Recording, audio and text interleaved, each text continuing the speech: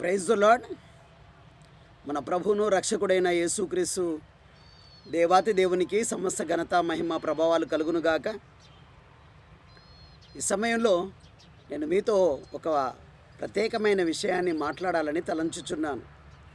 అదేమిటంటే, నేడు ప్రపంచం యావత్తులో కుటుంబాలు పతనమవుతున్న దినాలు ఇవి. దేవుడు ఈ అనంతమైన విశ్వాన్ని ప్రభువైన యేసుక్రీస్తు సృజించిన తర్వాత ఒక కుటుంబాన్ని ప్రభువు కట్టాడు. ఆ మొదటి కుటుంబమైన ఆదాము అవ్వలు వాళ్ళు దేవుని చేత సృష్టింపబడిన కుటుంబం, దేవుడు కట్టిన కుటుంబం. కానీ దేవుని మాట వినక అపవాది మాట విని అపవాదిని వారి గృహంలో హృదయంలో చేర్చుకొని ఆ కుటుంబంలో అపవాది మరణాన్ని తీసుకొచ్చాడు. అన్నదమ్ముల మధ్య గొడవలను తీసుకొచ్చాడు. భేదాభిప్రాయాలు వచ్చాయి, అసూయ వచ్చింది, ద్వేషం వచ్చింది, కుటుంబంలో కలహాలు ప్రారంభమైనాయి. చివరికి ఒకే కుటుంబం వాళ్ళు ఒకరికొకరు చంపుకునే పరిస్థితి ఏర్పడింది. కారణం ఏంటిది అంటే, దేవుడు ఆ కుటుంబాన్ని కట్టాడు కానీ ఆ కుటుంబ యజమానుడు దేవుడు కాకుండా పోయిండు. కారణం ఏంటిది అని అంటే, వాళ్ళు దేవునికి తమ హృదయంలో చోటునియ్యాక అపవాదికి సాతానునికి వాళ్ళు చోటు ఇవ్వడం వల్ల వాళ్ళ కుటుంబం పతనమయ్యింది. నేడు కూడా ప్రపంచంలో చాలా అనేకమైన కుటుంబాలలో ఆ కుటుంబ యజమానుడుగా ప్రభువైన యేసుక్రీస్తు లేడు. కనుకనే కుటుంబాలలో భార్యాభర్తల మధ్య భేదాభిప్రాయాలు కలుగుతున్నాయి. తర్వాత పిల్లలు తల్లిదండ్రి మధ్య భేదాభిప్రాయాలు ఉన్నాయి. అసూయ, ద్వేషాలు, పగలు, ఈర్ష్య, క్రోధము, మదమత్సరాలతో కుటుంబాలు నిండుకొని ఉన్నాయి. అయితే కుటుంబంలో సంతోషము, సమాధానము కరువైపోయింది. దేవుడు ఇంటికి అధిపతిగా ఉండాలి కానీ దేవుడు ఇంటికి అధిపతిగా ఉండక సాతానుడు ఇంటికి అధిపతిగా ఉండి ఆ ఇంటిని నష్టంలోనికి, నాశనంలోనికి, తెగుళ్ళలోనికి, శ్రమలలోనికి, ఆర్థిక సమస్యల్లోనికి కుటుంబాలన్నీ కూడా సాతానును ఆధీనంలోనికి వెళ్ళిపోయాయి. క్రీస్తునందు ప్రియమైన దైవ జనాంగమా, పరిశుద్ధ గ్రంథంలో ఆదాము కుటుంబము పతనమైపోయింది. తర్వాత మనము గమనించినట్లయితే పరిశుద్ధ గ్రంథంలో దేవునికి నమ్మకంగా ఉన్న కుటుంబాలు ఉన్నాయి. దేవునికి దూరమయ్యి నష్టమును, నాశనమును కలిగిన కుటుంబాలు కూడా ఉన్నాయి. అయితే ఈరోజు కుటుంబ యజమానురాలు పిల్లలు, కుటుంబం అంతా ఎలా ఉండాలనో పరిశుద్ధ గ్రంథంలో నుండి కొన్ని విషయాలు మనము ఈ యొక్క సమయంలో జ్ఞాపకం చేసుకుందాం. దావీదు మంచివాడు, దేవుని హృదయానుసారంగా నడిచినవాడు. కానీ దావీదు పిల్లలు మంచివారు కారు. సమూయేలు మంచి ప్రవక్త, మంచి న్యాయాధిపతి, రోషము కలిగినవాడు, పాపము లేనివాడు. అలాంటివి దైవజనుడు సమూయేలు వారి పిల్లలు, వారి కుటుంబం మంచిది కాదని బైబిల్ బోధిస్తుంది. లోతు మంచివాడు, నీతిమంతుడు, కానీ లోతు పిల్లలు మంచివారు కాదండి. అయితే ఈ యొక్క సమయంలో నీవు మంచివాడవుగా, మంచి దానవుగా ఉండొచ్చు, కానీ నీ పిల్లలు మంచివారుగా లేరేమో. అయితే ఎలా చేస్తే ఏమి కలిగి ఉండాలి, ఎలా ఉంటే కుటుంబము దేవునికి ప్రీతికరంగా ప్రజలకు ఆశీర్వాదకరంగా ఉంటుందో ఈ యొక్క సమయంలో కొన్ని విషయాలు నేను మీ ముందు ఉంచాలని ఆశిస్తూ ఉన్నాను. పరిశుద్ధ గ్రంథంలో చాలా కుటుంబాలు ఉన్నాయి, మంచి కుటుంబాలు కూడా ఉన్నాయి. యోసేపు మంచివాడు, యోసేపు పిల్లలు మంచివాళ్ళు. మోజస్ మంచివాడు, మోజస్ పిల్లలు కూడా చెడ్డవారని బైబిల్ బోధించదు, వాళ్ళు కుటుంబం మంచిదే. అయితే ఈ యొక్క సమయంలో నేను ఒక వ్యక్తి కుటుంబం గురించి మీ ముందు ఉంచాలని ఆశిస్తున్నాను. అదేమిటంటే పరిశుద్ధ గ్రంథంలో అపోస్తుల కార్యముల గ్రంథం 10వ అధ్యాయములో ఒక కుటుంబం కనిపిస్తుంది. ఆ కుటుంబంలో మనం గమనించినట్లయితే క్రీస్తునందు ప్రియమైన దైవ జనాంగమా, కొర్నేలి కుటుంబం. కొర్నేలి అతడు ఎక్కడున్నాడు అని అంటే, ఇటలీ పటాలమనబడిన పటాలములో శతాధిపతి అయిన కొర్నేలి అను భక్తిపరుడొకడు కైసరులో ఉండెను. అయితే కైసరులో కాపురం ఉంటున్నాడు. ఇటలీలో ఉన్న ఇతను ఆ కైసరు ప్రాంతంలో శతాధిపతిగా ఉన్నాడు. అంటే 100 మందికి అధిపతిగా ఉన్నాడు. 2000 సంవత్సరాల క్రితము మరి 100 మంది మీద రోమా ప్రభుత్వపు అధికారిగా ఉద్యోగస్తుల్లో మరి చాలా ఉన్నతమైన ఉద్యోగంలో కొర్నేలి గారు ఉన్నట్టు మనం చూస్తూ ఉన్నాం. అయితే మరి అంత పెద్ద ఉన్నత ఉద్యోగంలో అతడు ఉండి కూడా మరి ఏమి కలిగి ఉన్నాడు, అతని కొర్నేలి యొక్క గుణగణములు యొక్క సమయంలో నేను మీతో పంచుకోవాలని నేను ఇష్టపడుతూ ఉన్నాను. క్రీస్తునందు ప్రియమైన దైవజనాంగమా, మరి కొర్నేలి కుటుంబంలో కలిగి ఉన్నట్టు మన కుటుంబంలో కూడా మనం కలిగి ఉన్నప్పుడు కొర్నేలి కుటుంబంలో ప్రభు ఏం చేశాడో నేడు నీ కుటుంబంలో కూడా అది చేయడానికి దేవుడు సమర్థుడు, శక్తిమంతుడని నేను జ్ఞాపకం చేస్తూ ఉన్నాను. కొర్నేలి యొక్క కుటుంబంలో ఉన్న ఆ మంచి గుణగణాలు ఈరోజు మీ ముందు క్లుప్తంగా ఉంచాలని నేను ఆశిస్తూ ఉన్నాను. అపోస్తుల కార్యముల గ్రంథము 10వ అధ్యాయము 2వ వచనము ఇలా తెలియజేస్తూ ఉంది. అతడు తన ఇంటి వారందరితో కూడా దేవుని యందు భయభక్తులు గలవాడై ఉన్నాడు అని రాస్తుంది. క్రీస్తునందు ప్రేమైన దైవజనాంగమా, ఉన్నతమైన ఉద్యోగంలో ఉన్నాడు, డబ్బు ఉన్నది, పరపతి ఉంది, మంచి ఖ్యాతి, మంచి జీవితం అతడు జీవిస్తూ ఉన్నాడు. కానీ అతడు కలిగిన మంచి గుణములలో, మంచి సుగుణాలలో మొదటి సుగుణం ఏంటి అంటే తన దేవుడైన యేసుక్రీస్తు ఎదుట అతడు భయము, భక్తి కలిగి ఉన్నాడంట. దేవుని ఎదుట భయభక్తులు కలిగిన జీవితము అతడు జీవిస్తున్నట్టు దేవుని వాక్యము మనము చూస్తూ ఉంది. నేడు కుటుంబాలలో భార్యకు కానీ, భర్తకు కానీ, పిల్లలకు కానీ ఇలాంటి భయము, భక్తి లేదండి. కారణం ఏంటిది అంటే దేవుడు కనిపించడు, మరి కనిపిస్తలేడు కనుక మరి భక్తిహీనులకు వెంటనే ప్రతిఫలం కలుగుతలేదు కనుక అనేకులు భక్తిని విడిచిపెట్టి మరి చెడు మార్గంలో జీవిస్తూ ఉన్నారు. కానీ బైబిల్ బోధిస్తున్న మాట ఏంటంటే భయము, భక్తి తమ దేవుని యందు కలిగి ఉండాలని దేవుని వాక్యం బోధిస్తుంది. అయితే ఈ భూమిలో ఉన్న సమస్తమును, భూమిపై ఉన్న సమస్తమును, ఈ అనంతమైన విశ్వాన్ని సృజించిన దేవుడు సెలవిస్తున్న మాట ఏంటిదంటే మరి దేవుని యందు భయభక్తులు కలిగి ఉండాలి. కారణం ఎందుకు దేవుని యందు భయభక్తులు కలిగి ఉండాలి అంటే ఈ రూపము, నీకు ఇచ్చిన రూపము దేవుంది, నీకు ఇచ్చిన ప్రాణము దేవుంది, నీకు ఇచ్చిన ఆత్మ దేవుంది, నీకు ఇచ్చిన ఊపిరి దేవుంది. నువ్వు భూమిని బ్రతుకుతున్నావంటే దేవుని మరి ఆయన యొక్క సంకల్పం, ఆయన చిత్తం. మరి నీకు ఉచితంగా సమస్తమును దేవుడు అనుగ్రహించాడు. కాబట్టి ఆ దేవుడే నిన్ను సృష్టించిన సృష్టికర్త కనుక, దేవుడు ఆత్మస్వరూపుడు, పరిశుద్ధుడు కనుక, ఆయన సర్వంత్రియామి కనుక, అంతటా ఉండే దేవుడు కనుక ఆయన నన్ను సృజించాడు. కాబట్టి నిన్ను సృజించిన సృష్టికర్త కనుక ఆయనకు నేను భయపడాలి. ప్రభువు సెలవిస్తున్న మాట ఏంటంటే భయము, భక్తి కలిగి ఉండాలి. అయితే మొట్టమొదటిగా మనకు ఉండవలసింది ఏంటంటే దేవుని పట్ల భయం ఉండాలి. మనుషులకు మనం భయపడుతుండొచ్చు, మనుషులు ఒక చోట ఉండొచ్చు, మరో చోట ఉండకపోవచ్చు, కానీ దేవుడు అంతటే ఉంటాడు. నీ హృదయంలో నీవు అనుకున్నది, తలంచింది కూడా, నీ మనసులో అనుకున్నది నీ హృదయంలో గ్రహించేది కూడా దేవుడు ఎరిగినవాడై ఉన్నాడు. అయితే ఈ యొక్క సమయంలో మరి నువ్వు దేవునికి భయపడవాడుగా ఉండాలి.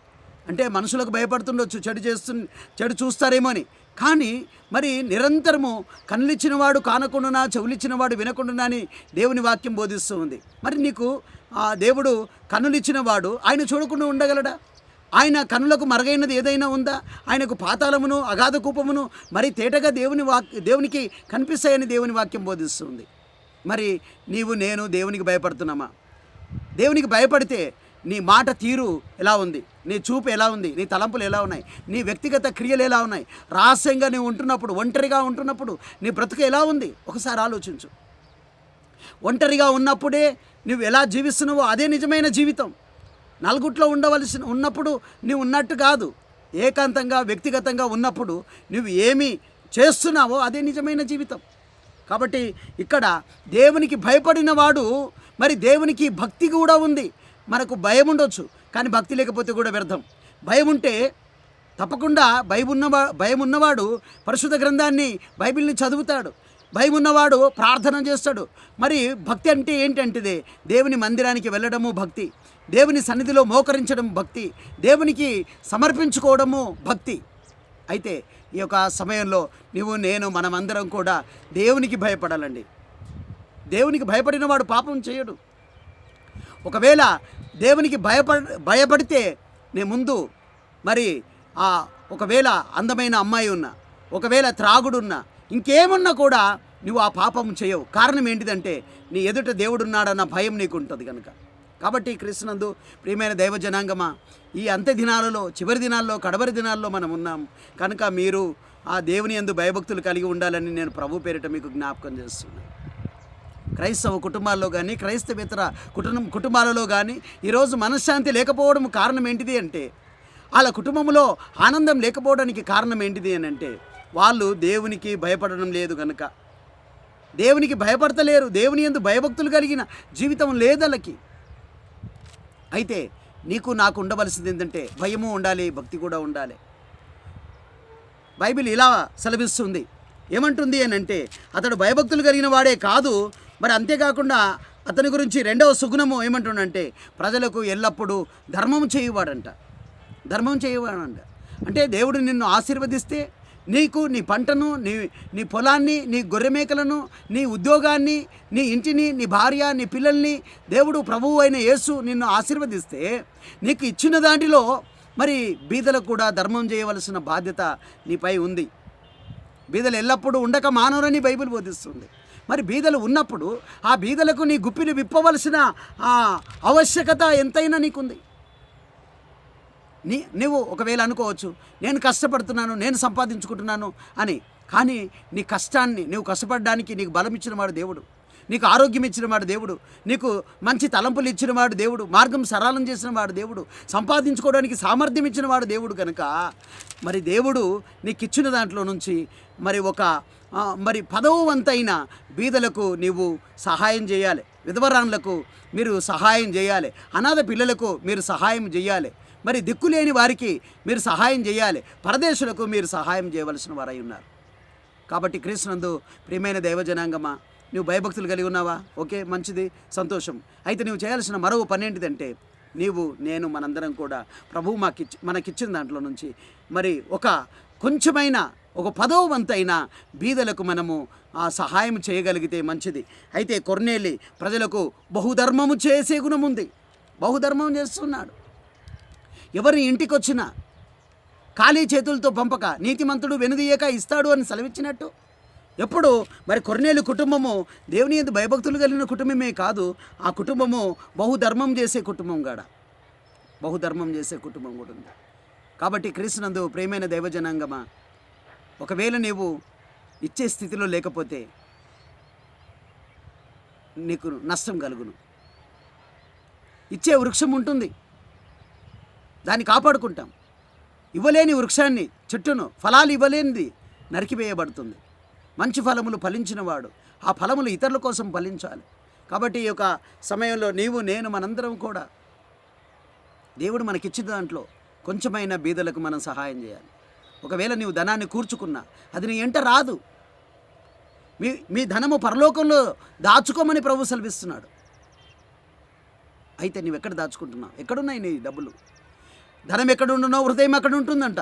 కాబట్టి నీవు బీదలకు ధర్మము చేస్తే దేవుడు, పరలోకంలో ఉన్న దేవుడు ఆనందించి నీ కుటుంబాన్ని, నీ పిల్లలకు మరీ సమృద్ధిగా దేవుడు కలుగజేస్తాడు.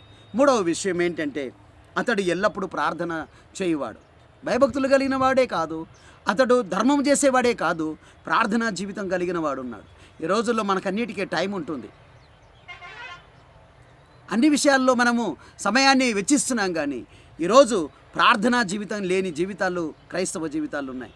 ప్రార్థన అయితే దేవునితో మాట్లాడడం, దేవునికి విషయాలు విన్నవించుకోవడం. ఇదిగో సర్వమానవాళి కోసం ప్రార్థించవలసిన ఆవశ్యకత నీకుంది. కుటుంబాల కోసం ప్రార్థించండి, సంఘాల కోసం ప్రార్థించండి. ఆ రీతిగానే మన దేశ ప్రజల యోగక్షేమాల కోసము, అధికారుల కోసము, పెద్దల కోసము ప్రార్థించవలసిన ఆవశ్యకత నీకు నాకుంది. కానీ ఈరోజు మనము ప్రార్థన లేని జీవితం కలిగి ఉన్నాయి. ఏమున్నా లేకున్నా నీ జీవితంలో మొదటి క్రియ ఏమిటంటే ప్రార్థనా జీవితం కలిగి ఉండాలి. ప్రార్థన మన ఊపిరై ఉందన్నాడు పెద్దలు. ప్రార్థన కలిగి ఉండాలి. ఊపిరి లేకపోతే, ఊపిరి తీసుకోకపోతే మానవుడు మరణిస్తున్నాడు. అరితిగానే ప్రార్థనా జీవితం లేకపోతే జీవించున్న పేరు మాత్రం నీకుంది, కానీ నీవు మృతుడవే అంటున్నాడు ప్రభు. కాబట్టి అలా కాకుండా ప్రార్థనా జీవితాన్ని కలిగి మనం ఉండాలని ప్రభు పేరిట నేను మీకు జ్ఞాపకం చేస్తున్నాను. క్రీస్తునందు ప్రియమైన దైవజనంగా ప్రార్థన మనకు ఎడతెక్క ప్రార్థన చేయండి, మానక ప్రార్థన చేయండి, విసుకక ప్రార్థన చేయండి, నిత్యము ప్రార్థన చేయండి. ప్రార్థన అనే పోరాడండి. యాకోబులో ప్రార్థన చేయండి. రాత్రంతా ప్రభుతో పెనుగులాడండి. రాత్రంతా ప్రార్థిస్తే రాజాలు మారకుండా అన్నాడు ఒక దైవజనుడు. నీ పిల్లల కోసం కానీ, నీ కుటుంబం కోసం కానీ, చెడు నడవడి నడుస్తున్న నీ ప్రజల కోసం, నీ రక్త సంబంధికులను, నీ యొక్క బంధువుల కోసం, నీ కుటుంబం కోసం నీవు ప్రార్థించవలసిన ఆవశ్యకత నీకు ఉంది. ప్రార్థనే మన ఆయుధం. ప్రార్థించితే నువ్వు జయం పొందుకుంటావు. కనుక కొర్నేలి మరి శతాధిపతి అయి ఉండి కూడా, మంచి ఉన్నతమైన ఉద్యోగంలో ఉండి కూడా భయము భక్తి కలిగి ఉన్నాడు. భయం కలిగినవాడు, భక్తి కలిగినవాడు లంచం తీసుకోడు, ఇతరులకు ధర్మం చేస్తాడు. అంతేకాదు ప్రార్థనా జీవితం కలిగి ఉన్నాడు. ఇతరుల యోగక్షేమాల కోసము ప్రార్థించే సుగుణం మరి కొర్నేలి ఆ కుటుంబంలో ఉన్నట్టు ఇంటి వారందరితో కూడా దేవుని యందు భయభక్తులు గలవాడై ఉండి ఆ ప్రజలకు బహుధర్మము చేయుచు ఎల్లప్పుడూ దేవునికి ప్రార్థన చేయువాడు అని బైబిల్ బోధిస్తూ ఉంది. మరొక విషయాన్ని మనము ఒకవేళ గమనించినట్లయితే ఈ యొక్క భక్తి కలిగిన వాడు, ధర్మం చేసేవాడు, ప్రార్థనా జీవితం కలిగి ఉన్నాడు. కనుక ఇతని దగ్గరికి పరలోకములో ఉన్న దేవుడు ఒక దూతను పంపించి కొర్నేలి దగ్గరికి పంపించాడు. అయితే నీ ప్రార్థనలు, నీ ధర్మకార్యాలు దేవుని సముఖానికి జ్ఞాపకార్థముగా చేరినవని దేవుని దూత సెలవిస్తున్నాడు. మరి నీవి ఏమి దేవుని సన్నిధికి చేరినాయి? నీ పాపములా, నీ ధర్మకార్యాలా, నీ ప్రార్థనలా? ఏవి ప్రభు సన్నిధికి చేరుతున్నాయి? ఆలోచించు. ఏవి చేర్చుకుంటున్నావు? ఏవి పోగు చేసుకుంటున్నావు దేవుని దగ్గర? కాబట్టి క్రీస్తునందు ప్రేమైన వారులారా, మరి అవన్నీ కూడా దేవుని సన్నిధికి చేరుకున్నాయి. అయితే ఆ దేవదూత వచ్చి సెలవిచ్చిన మాట ఏంటంటే, ఎప్పేలో మరి పౌలు భక్తుడు పేతురు ఉన్నాడు. ఆ పేతురుని మీరు పిలిపించుకొని అతని ద్వారా వాక్యం వినుమని సలహా ఇచ్చి వెళ్ళిపోయాడు దేవదూత. తర్వాత తన దగ్గర ఉన్న మరి 7వ వచనంలో అతనితో మాటలాడిన దూత వెళ్ళిన పిమ్మట అతడు తన ఇంటి వారందరిలో 2 తన యొద్ద ఎల్లప్పుడూ కనిపెట్టుకొని ఆ యుండువారిలో భక్తిపరుడైన ఒక సైనికుని పిలిచి వారికి ఈ సంగతులన్నీ వివరించి వారిని ఎప్పేకు పంపెను. దేవదూత వెళ్ళిపోయిన తర్వాత తన దగ్గర ఉన్న భక్తి కలిగిన వారిని అని రాయబడింది. 2 పిలిచాడు. కొర్నేలి భక్తిపరుడు, కొర్నేలికి ఇంటివారు భక్తిపరులు, భయభక్తులు కలిగిన వారు, ధర్మం చేసేవారు, తర్వాత ప్రార్థనా జీవితం కలిగిన వారు ఆ కుటుంబం. అంతేకాదు కొర్నేలి తన కింద పనిచేసే వాళ్ళు కూడా ఎలాంటి వారు అంటే భక్తిపరులు అంట. నువ్వు భక్తిపరుడు అయితే నీ కుటుంబం భక్తిపరులుగా ఉంటారు. నువ్వు ప్రార్థనాపరుడు అయితే నీ ఇంటివారు ప్రార్థనాపరులు ఉంటారు. నువ్వు దేవునికి భయపడితే నీ పిల్లల్ని కూడా ఆ మార్గంలో నడిపిస్తే వాళ్ళు కూడా దేవునికి భయపడతారు. నువ్వు ధర్మము చేస్తే ఆ ధర్మ గుణాలు నీ పిల్లలకు వస్తుంటాయి. కాబట్టి 2 పంపించడము జరిగింది ఎప్పేకు. వాళ్ళిద్దరు వెళ్ళిపోయారు. వెళ్ళిపోయిన తర్వాత వారు పేతురు అనే మరి దైవజనుని కలుసుకున్నారు. పేతురు గారిని కలుసుకున్న తర్వాత ఈ యొక్క వెళ్ళిన పనివారు ఏమని సాక్ష్యం ఇస్తున్నారో చూడండి. 22వ వచనం, అపోస్తల కార్యముల గ్రంథము 10వ అధ్యాయము 22వ వచనం. అందుకు వారు నీతిమంతుడును దేవునికి భయపడువాడును అని రాయబడింది. ఏమని సాక్ష్యం ఇస్తున్నారు పనివారు అంటే, మా యజమానుడు నీతిమంతుడు అని సాక్ష్యం ఇస్తున్నాడు. మా యజమానుడు నీతిమంతుడు అని సాక్ష్యం ఇస్తున్నారు. మా యజమానుడు దేవునికి భయపడువాడు అని సాక్ష్యం ఇస్తున్నారు. మరి నీ విషయమై నీ కిందున్న వాళ్ళు ఏమని సాక్ష్యం ఇస్తున్నారు? నీ భర్త నీ గురించి ఏమని సాక్ష్యం ఇస్తున్నాడు? నీ భర్త గురించి నీవేమని సాక్ష్యం ఇస్తున్నావు? నీ పిల్లలు నీ విషయమై ఏమని సాక్ష్యం ఇస్తున్నారు? భక్తిపరుడనా, భక్తి లేనివాడనా, త్రాగుబోతనా, దొంగనా, అబద్ధికుడనా, అన్యాయస్తుడనా, భక్తిహీనుడనా, ఎలాంటి సాక్ష్యం నువ్వు కలిగి ఉన్నావు? అయితే పనివారు కొర్నేలి విషయమై ఏమని సాక్ష్యం ఇస్తున్నారంటే, మా యజమానుడు భక్తిపరుడండి, మా యజమానుడు నీతివంతుడు, నీతి తప్పినవాడు కాదు, లంచమును పుచ్చుకునేవాడు కాదు, నీతిగా జీవించినవాడు. బైబిల్ సెలవిస్తున్న మాట ఏంటంటే, నువ్వు నీతిగా ఉన్నావా? నోహోవు నీతిమంతుడు కనుక ఆ తరములో అతని కుటుంబాన్ని కాపాడుకున్నాడు ప్రభు. మరి ఈ తరములో మరి నీవు నీతిమంతురాలుగా ఉన్నావా, నీతిమంతుడిగా ఉన్నావా? ఆలోచించు. క్రీస్తునందు ప్రియమైన దైవజనాంగమా, నీతి లేదా? నీతి తప్పి జీవిస్తున్నావా? క్రమము తప్పి బ్రతుకుతున్నావా? ఆలోచించు. మా యజమానుడైతే నీతిమంతుడు, మా యజమానుడు భయపడువాడు దేవునికి అని సాక్ష్యము ఇస్తున్నారు తన కింద ఉన్న పనివారు. తర్వాత ఏమని సాక్ష్యం ఇచ్చారో చూడండి. దేవునికి భయపడువాడును, యూదా జనులందరి వలన మంచి పేరు పొందినవాడైన శతాధిపతి అయిన కొర్నేలి అని రాయబడింది. ఏమని సాక్ష్యం ఇస్తున్నారు? మా యజమానుడు నీతిమంతుడని సాక్ష్యం ఇస్తున్నారు. అంతేకాకుండా మా యజమానుడు దేవునికి భయపడువని సాక్ష్యం ఇస్తున్నారు. మూడవది, మా యజమానుడు యూదా ప్రజలందరి వలన మంచి పేరున్నవాడు అని సాక్ష్యం ఇస్తున్నాడు. నీకేం పేరుంది? ఎలాంటి పేరు నువ్వు కలిగి ఉన్నావు? సమాజంలో నీకు మంచి పేరుందా? ఒకవేళ నీ ముందు మంచివాడు, మంచిది అని అనుకున్నవారు నీ వెనుక నీ విషయమై ఏమనుకుంటున్నారో ఒకసారి ఆలోచించావా? నువ్వు మంచి చేయకుండా నీకు మంచి పేరు రాదండి. మంచి పేరు రాదు, మంచి పేరు రాదు. మా యజమానుడు యూదా ప్రజలందరి వలన మంచి పేరు సంపాదించుకున్నాడు. అయితే పరిశుద్ధ గ్రంథంలో సామెతల గ్రంథము 3వ అధ్యాయంలో మరి ఒక విషయాన్ని నేను మీ ముందు ఉంచాలని ఆశిస్తున్నాను. సామెతల గ్రంథము 3వ అధ్యాయము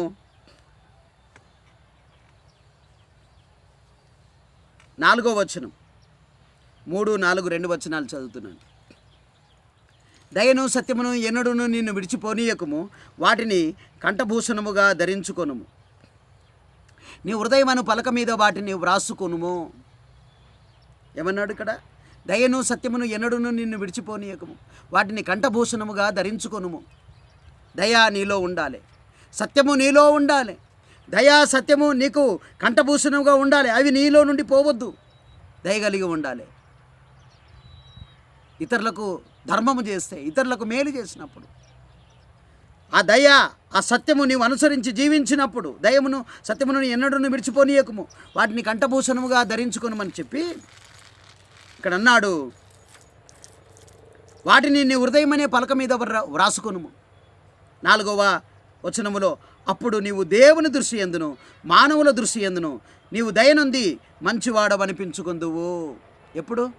నీలో దయ ఉంటే నీకు మంచి పేరు వస్తుంది. దేవుని దృష్టికి మంచి పేరు వస్తుంది. సమాజం దృష్టికి నీకు మంచి పేరు వస్తుంది.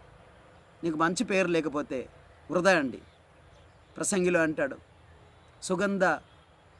సుగంధ తైలము కంటే, సుగంధ ద్రవ్యముల కంటే మంచి పేరు మేలని. మంచి చెయ్యి. స్వల్పకాల జీవితం ఇది. నీవు నేను మనందరం కూడా ఈ క్షణికమైన ఈ జీవితంలో నలుగురికి మేలు చేద్దాం, నలుగురికి ఉపకారం చేద్దాం. అపకారికి సైతం కూడా ఉపకారం చేయవలసిన మనసు కలిగి ఉన్నదే మంచివారి లక్షణం. కాబట్టి నీవు దేవుని దృష్టికి మానవుల దృష్టికి మంచి పేరు నీకు రావాలి అని అంటే దయ సత్యము నీలో ఉండాలి. చాలామందికి దయ లేదు, కఠినులుగా జీవిస్తూ ఉన్నారు. సత్యమును అనుసరించవలసిన వారు అసత్యాన్ని వెంబడిస్తున్నారు, చెడు మార్గంలో వాళ్ళ జీవితాన్ని కొనసాగిస్తున్నారు. అయితే కొర్నేలికి ఉన్న మంచి గుణాలలో ఒకటి ఏంటంటే అతని సుగుణాలలో అతడు మంచి పేరు పొందుకున్నవాడు అని బైబిల్ బోధిస్తుంది. క్రీస్తునందు ప్రియమైన దైవ జనాంగమా, మంచి పేరు సంపాదించుకోమా. ఏమీ రాదు. బ్రతికిన కొన్నాళ్ళైన ప్రభువు కోసం బ్రతుకు, ప్రభువైన యేసుక్రీస్తు కోసం జీవించు. మంచి చెయ్యి, నలుగురికి మంచి పేరు నువ్వు సంపాదించుకో. నీ ముందు మంచి కాదు, నీ వెనుక మంచివారని సాక్ష్యం ఇవ్వాలి. అదే ప్రభు నిన్ను కోరుకుంటూ ఉన్నాడు. ఓకే. ఆ తర్వాత కొర్నేలి సుగుణాలలో, గుణగణాలలో మరొక సుగుణం ఏమిటి అంటే 23, 24 ఆ వచనాలు నేను చదువుతున్నాను, గమనించండి. మరునాడు అతడు లేచి వారితో కూడా బయలుదేరెను.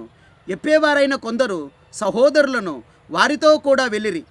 మరునాడు వారు కైసరులో ప్రవేశించిరి. అప్పుడు కొర్నేలి తన బంధువులను ముఖ్య స్నేహితులను పిలిపించి వారి కొరకు కనిపెట్టుకొని ఉండెను.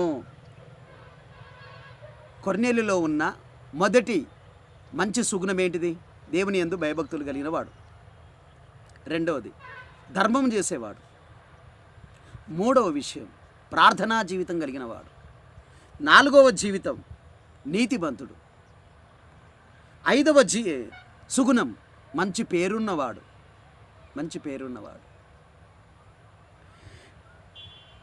6వ విషయాన్ని మనం గమనిస్తే, తనొక్కడు మేలు పొందడం కాదు, తన బంధువులను, తన సహోదరులను, కొర్నేలి తన బంధువులను, ముఖ్య స్నేహితులను పిలిపించి వారందరినీ తన ఇంటిలో చేర్చుకున్నాడండి. ఎంత మంచి మనసో కొర్నేలిది ఆలోచించు. కొర్నేలి ఒక్కడే రక్షింపబడుట కాదండి, కొర్నేలి ఒక్కడే వాక్యం వినడము కాదండి. ఇక్కడ దైవజనుడు వస్తున్నాడని ముందుగానే సిద్ధపడుతున్నాడు. స్నేహితుల మేలు కోరే కొర్నేలి అండి, బంధువుల మేలు కోరేవాడు.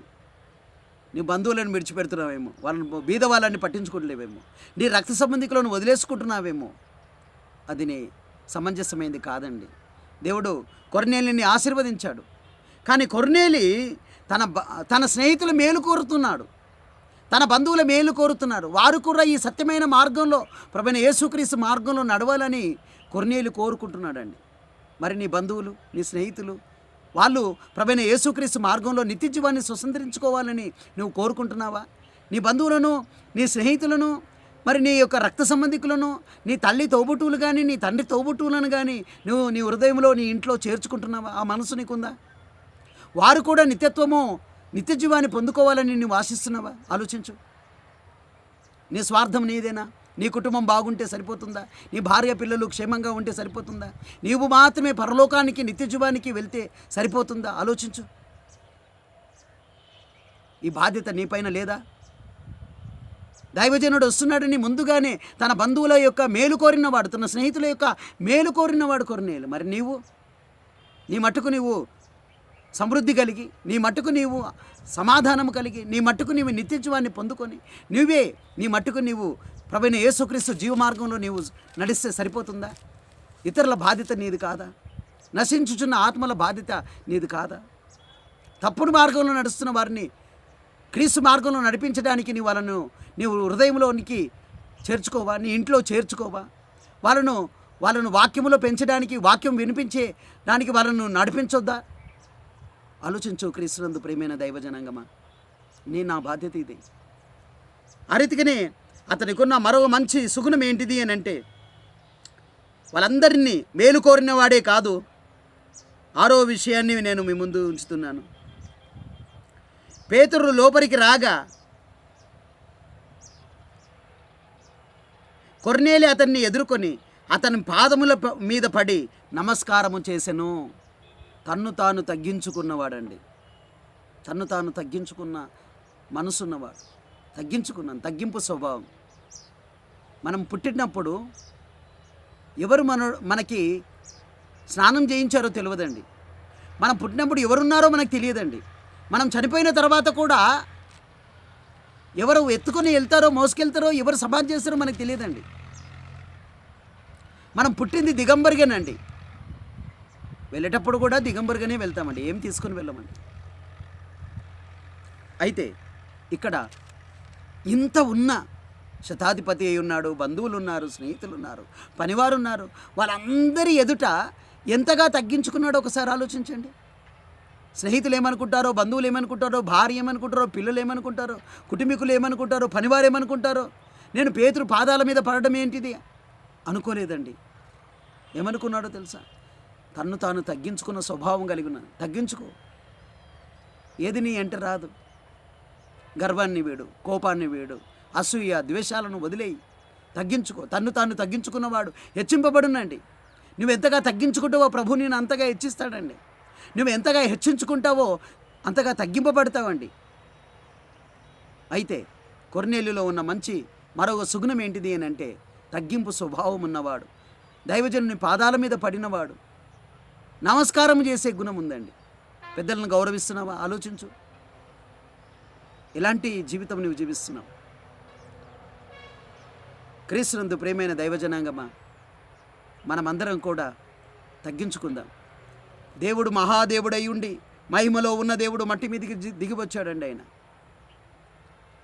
పరిశుద్ధుల దూతల మధ్యలో ఉన్న దేవుడు పాపుల మధ్య సిలువ వేయబడ్డాడు. తన్ను తాను రిక్తునిగా భూమి మీద తగ్గించుకుని ఆయన జీవించాడు. ఒక నరునిగా జీవించాడు. సర్వశక్తి సంపన్నుడై ఉండి కూడా తగ్గించుకొని మనందరి నిమిత్తము భూమి మీద ఒక కన్య మరియకు జన్మించి పరిశుద్ధమైన జీవితం జీవించి సాత్వికుడుగా జీవించి నిఢారంభరమైన జీవితాన్ని జీవించాడండి ప్రభు. మహాదేవుడే అలా జీవిస్తే మరి నువ్వు నేనే ఏ పాటి వారం? మనం ఎందుకు తగ్గించుకోవద్దు? ఒకసారి మిమ్మల్ని మీరు ప్రశ్నించుకోవాలని ప్రభు పేరిట మీకు నేను జ్ఞాపకం చేస్తున్నాను. తగ్గింపు స్వభావం ఉన్నవాడు. మరొక సుగుణాన్ని గురించి మనము మంచి గుణాన్ని గురించి విందాం. 33వ వచనం, అపోస్తుల కార్యముల గ్రంథము 10వ అధ్యాయము 33. వెంటనే నిన్ను పిలిపించి తిని నీవు వచ్చినది మంచిది, ప్రభువు నీకు ఆజ్ఞాపించినవన్నీ వినుటకై ఇప్పుడు మేమందరము దేవుని ఎదుట ఇక్కడ కూడుకొని ఉన్నాము అని చెప్పాను. ఏమన్నాడో తెలుసా అండి? దైవజనుడు రావడం మంచిదన్న స్వభావం కలిగిన వాడు. ఓ క్రైస్తవ కుటుంబాలారా జాగ్రత్తగా వినండి. దైవజనుడు వస్తే బాధపడుతున్నావా? అది నీకు క్షేమము కాదు. నువ్వు రావడం మంచిదని తెలియజేయండి దైవజనునితో. దైవజనుడు వచ్చాడంటే నీ దైవజనునితో పాటు దేవుడు కూడా నీ ఇంటికి వస్తున్నాడు. ప్రభు ఒక మాట అన్నాడు, నిన్ను చేర్చుకున్నవాడు నన్ను చేర్చుకున్నాను, నన్ను చేర్చుకున్నవాడు నన్ను పంపిన తండ్రిని చేర్చుకున్నాను. ప్రభువైన యేసుక్రీస్తు నీ ఇంటికి రాడండి. దైవజనుడు నీ ఇంటికి వస్తే ఆ దైవజనునితో పాటు దైవము నీ ఇంటికి వస్తుంది. కాబట్టి అప్పుడు నీ ఇంటికి ఆశీర్వాదం. నువ్వు రావడం మంచిదని కోరాలి. ఎందుకు? దైవజనుడు వచ్చాడని బాధపడితే నీ ఇంటికి క్షేమము జరగదు, నీ కుటుంబానికి క్షేమము జరగదు. కాబట్టి కొర్నేలి అంటున్నాడు, మీరు రావడం మంచిది దైవజనుడా అంటున్నాడు. అటువంటి మంచి గుణం అన్నవాడు. దేవుని ఎదుట మేము ఇక్కడ కూడుకొని ఉన్నామన్నాడు. నువ్వు ఎక్కడ కూడుకుంటున్నావు? ఎక్కడ నువ్వు కూడుకుంటున్నావు? ఎక్కడ నువ్వు నీ స్థానం ఎక్కడ? పబ్బుల్లో ఉంటున్నారు, త్రాగుడులో ఉంటున్నారు, విచ్చలవిడిమైన జీవితాన్ని జీవిస్తున్నారు. దేవుని సన్నిధిలో దేవుని ఎదుట కూడుకోవలసిన నీవు ఎక్కడ కూడుకుంటున్నావు ఆలోచించు. దేవుని ఎదుట ఉన్నావా? ఆలోచించండి. క్రీస్తునందు ప్రేమైన వాళ్ళారా, దేవుడు నీ ఎదుటున్నాడు, నువ్వు ఆయన ఎదుటున్నావు. ఆయన కన్నులకు మరుగైంది ఏది లేదు. నువ్వెక్కడుంటే అక్కడ దేవుడు ఉన్నాడు. ఆయన సన్నిధి ఉంది. ఆయన పాతాళంలో ఉండే దేవుడు, పరలోకంలో ఉండే దేవుడు, ఎక్కడైనా ఆయన ఉండగలడు, చూడగలడండి. క్రీస్తునందు ప్రియమైన వారులారా, దేవుడు లేని చోటు లేడు, దేవుడు చూడని ప్లేస్ లేదండి. మనకు చీకటిగా ఉండొచ్చేమో, దేవునికి చీకటిగా ఉండదు. నేను రహస్యంగా చేస్తున్నాను కదా, నన్ను ఎవడు చూసలేను అనుకుంటున్నాను. నీకు చీకటేమో, నీకు రహస్యమేమో, కానీ దేవునికి రహస్యమైంది అంటూ ఏదీ లేదండి. దేవుని ఎదుట నీవు ఉన్నావా? దైవజనుడు రావడం మంచిదని భావిస్తున్నావా? ఆలోచించు. క్రీస్తునందు ప్రేమైన వాళ్ళారా, మరొక విషయాన్ని మనము ధ్యానం చేసుకుందాం.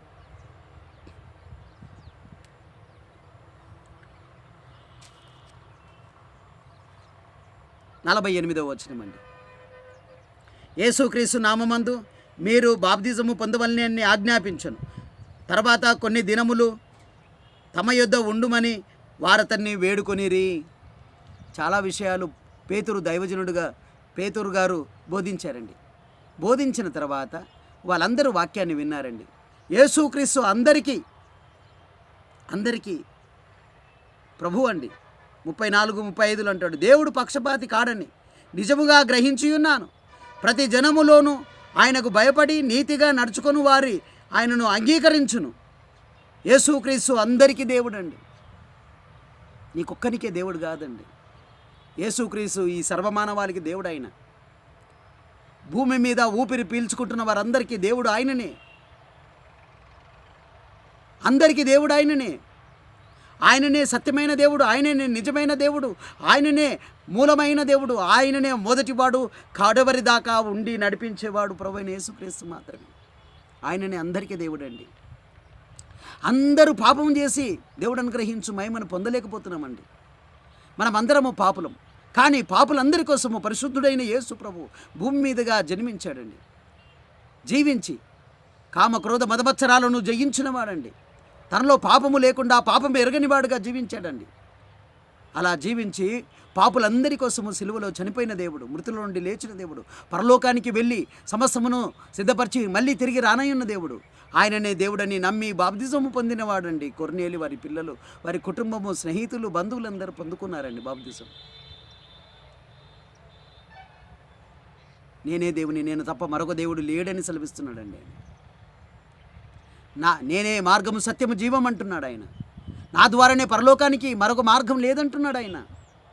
అయితే ఆయన మార్గంలో నీవు నడవాలి అంటే కొర్నేలి కుటుంబంలో కలిగి ఉన్న జీవితాలన్నీ నువ్వు నేను సుగుణాలు ఆ గుణగణాలు కలిగి ఉన్నప్పుడు దేవుడు మన ఇంటికి రక్షణ ఇస్తాడు, సమాధానం ఇస్తాడు, మంచి మార్గంలో మన పిల్లల్ని మన కుటుంబాలను నడిపిస్తాడు ఆయన. అయితే నమ్మి బాప్తిజము పొందిన తర్వాత కొన్ని దినములు తమ యొద్ద ఉండుమని దైవజనుని వేడుకొనిరి.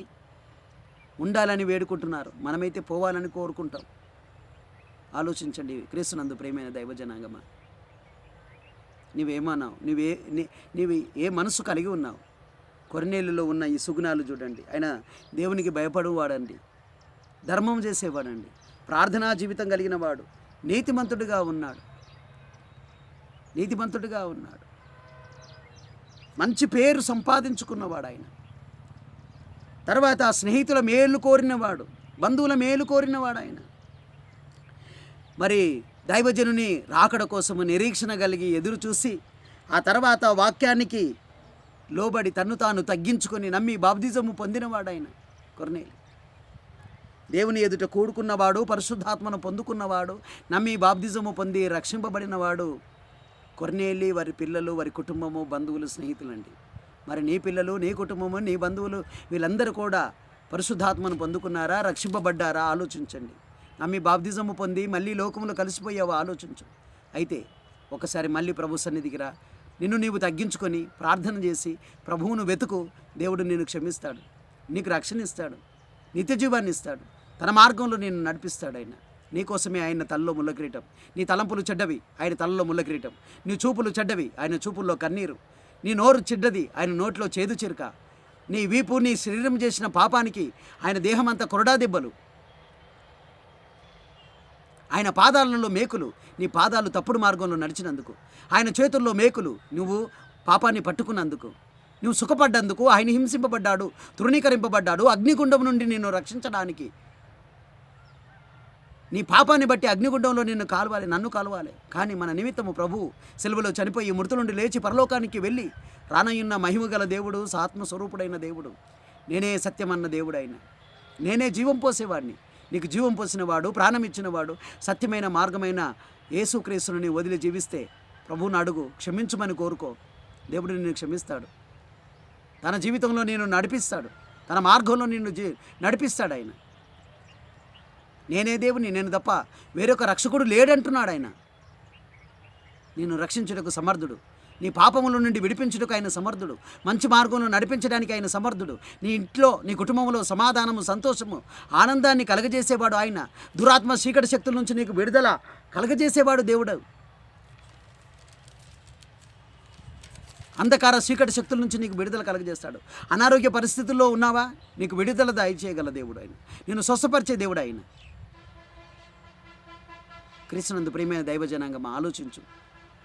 కుటుంబం పతనాలు అయిపోతున్నాయి. కారణం ఉదయకాల ప్రార్థన, కుటుంబ ప్రార్థన లేదు, సాయంత్రం కుటుంబ ప్రార్థన లేదు, వ్యక్తిగతమైన ప్రార్థన లేదు, వాక్యము చదవడం లేదండి. దేవునికి దూరమై నామకార్థమైన జీవితం జీవిస్తున్న వారందరి కోసం ప్రభువు హృదయంలో నొచ్చుకుంటున్నాడు. ఇప్పుడైనా ప్రభు వైపు తిరుగు. ప్రభు నిన్ను క్షమించునుగాక, ఆయన రక్తంలో నన్ను కడుగునుగాక, శుద్ధి చేసి తన మార్గంలో నడిపించునుగాక. ఆరోగ్యము, స్వస్థత, సమాధానము, రక్షణ నీ ఇంటికి, నీ పిల్లలకు కలుగునుగాక. కళ్ళు వంచినట్లయితే కళ్ళు మూసుకొని ప్రార్థిద్దాం. ప్రేమ నమ్మకమైన మా తండ్రి, కృపా కనికరాలు కలిగిన ప్రభువా నీకు వందనాలు. ఇదిగో నాయన, వాక్యం వింటున్న బిడ్డలందరినీ దీవించి ఆశీర్వదించి కాపాడి వారి కుటుంబాలలో స్వస్థత దయచేయండి, రక్షణ దయచేయండి, మంచి మార్గంలో నడిపించండి. కొర్నేలి కుటుంబము జీవించినట్టు మంచి మార్గంలో వారిని నడిపించమని, మా ఆ కొర్నేలి కుటుంబంలో ఉన్న ఆ మంచి గుణగణాలన్నీ కూడా నాయన ప్రతి కుటుంబంలో మీరు కలగజేసి మీరు మహిమ పొందండి. సిలువలో చనిపోయిన దేవుడు, సమాధిలో నుంచి తిరిగి లేచిన దేవుడు, పరలోకం వెళ్ళి రానయ్యున్న దేవుడా నీకు వందనాలు. నీ నామాన్ని బట్టి సర్వమానవాళ్ళని క్షమించి మన్నించి మంచి మార్గంలో నడిపించి మహిమ పొందమని మా ప్రభువును నీ ప్రియకుమారుడు నజరేయుడు నిజదేవుడు యేసుక్రీస్తు జీవం గల నామములోనే ప్రార్థించి అడిగి పొంది ఉన్నాము పరమ తండ్రి. ఆమేన్. Thank you. God bless you.